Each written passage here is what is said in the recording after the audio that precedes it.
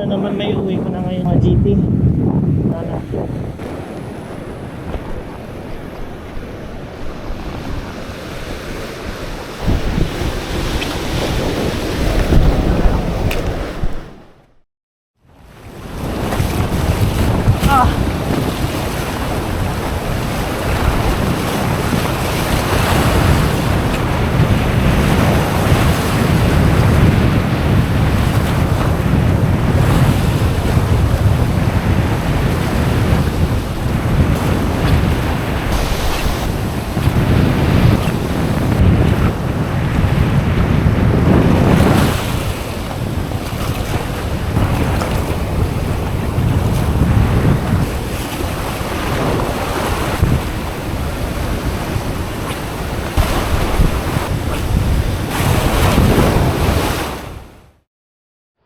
Yes! Yun na ba? Yes! Wait lang. Kailangan ko ng leader line. Wala na akong leader line. Kuha ko pa siya. Wala na akong leader.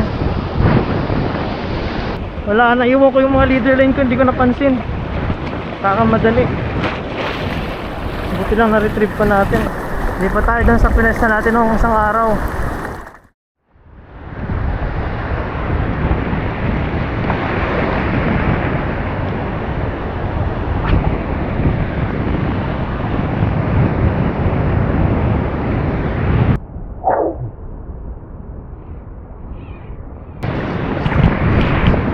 Vision!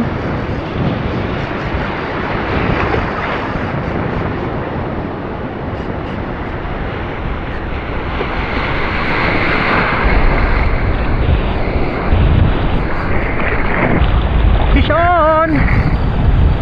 Ay!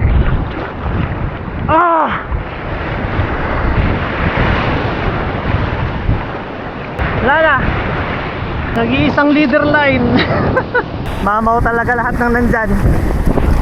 Kulang yung 30 pounds. Hindi kaya ng ano ko, napuputol. Pag hinayaan ko naman kasing sumirit, doon naman sa bahura tatama, putol pa rin. Sa camera mukhang malayo pero malapit lang yan. Sayang. Bayan, iwan ko pa yung leader line.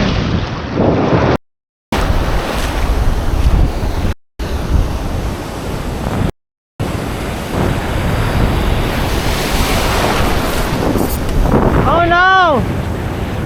What do you expect? Walang leader line. Bumalik tayo.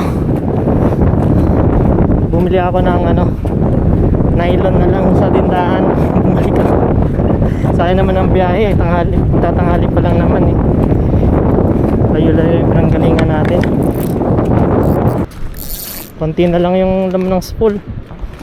12,000 naman to pero kalahati na yata yan. Susunod itong brady upgrade natin para kahit pwersahin natin yung hatakin yung GT kahit pating yan, ano man yung isdang yun, kakayanin natin.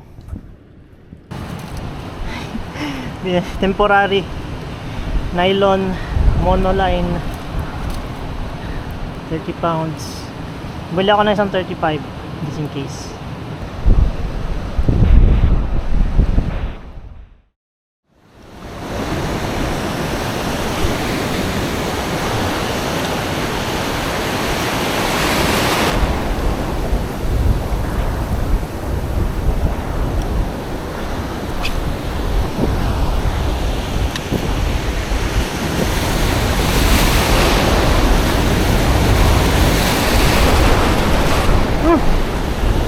Unhook!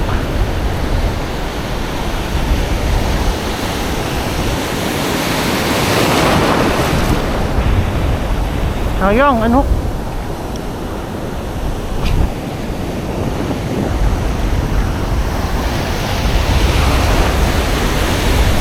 Oh no! GT on!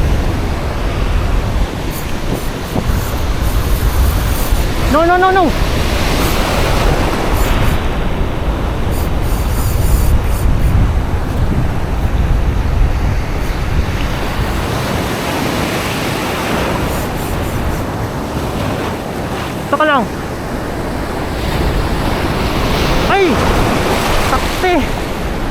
Ah!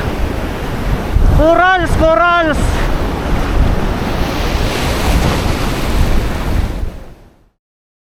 Last try. Try natin maliit na lure. Baka sakaling maliit-liit ang kumagat. Hindi natin kaya yung malalaki.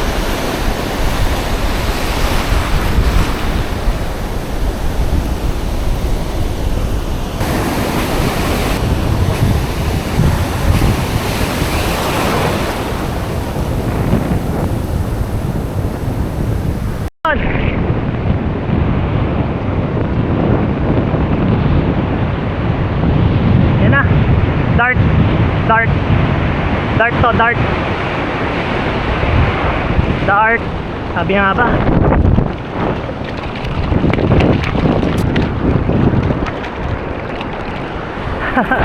Kilala ko yung anong dart eh. Ay, nakatakas pa.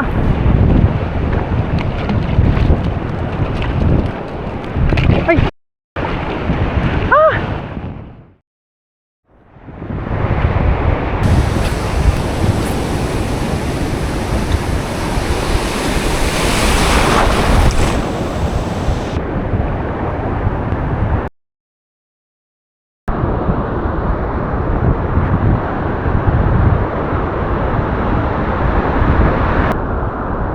Fish on finally.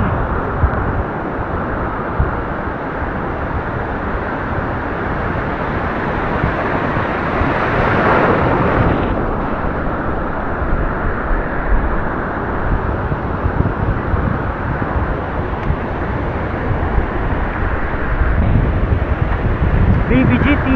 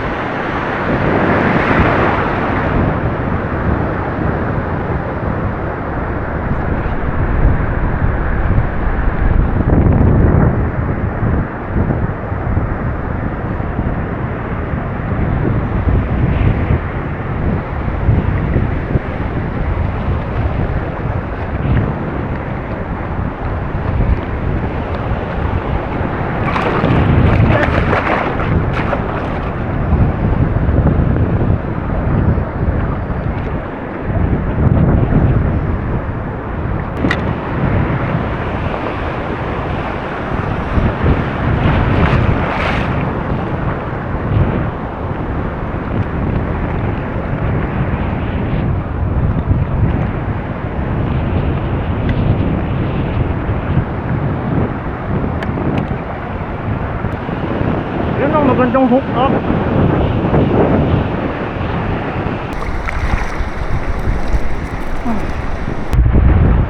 Sa wakas, ang dulas pala kasi talaga nito. Ang dulas, kaya pala na tanggal lang sa kamay yung ano, lapis.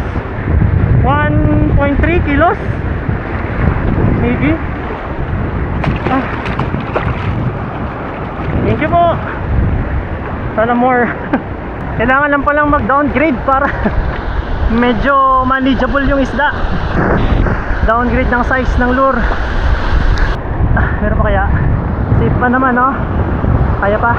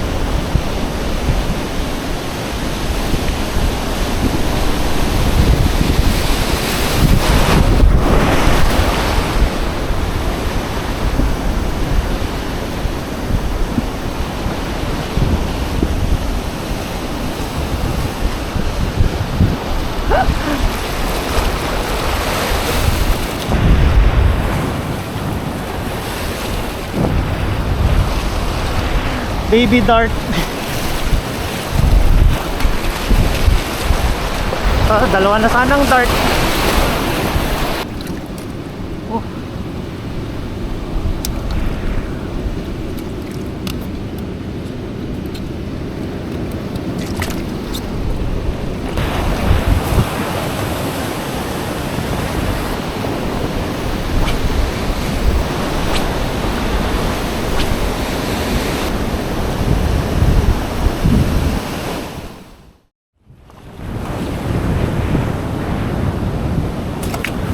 Baka na yan, uwi na tayo.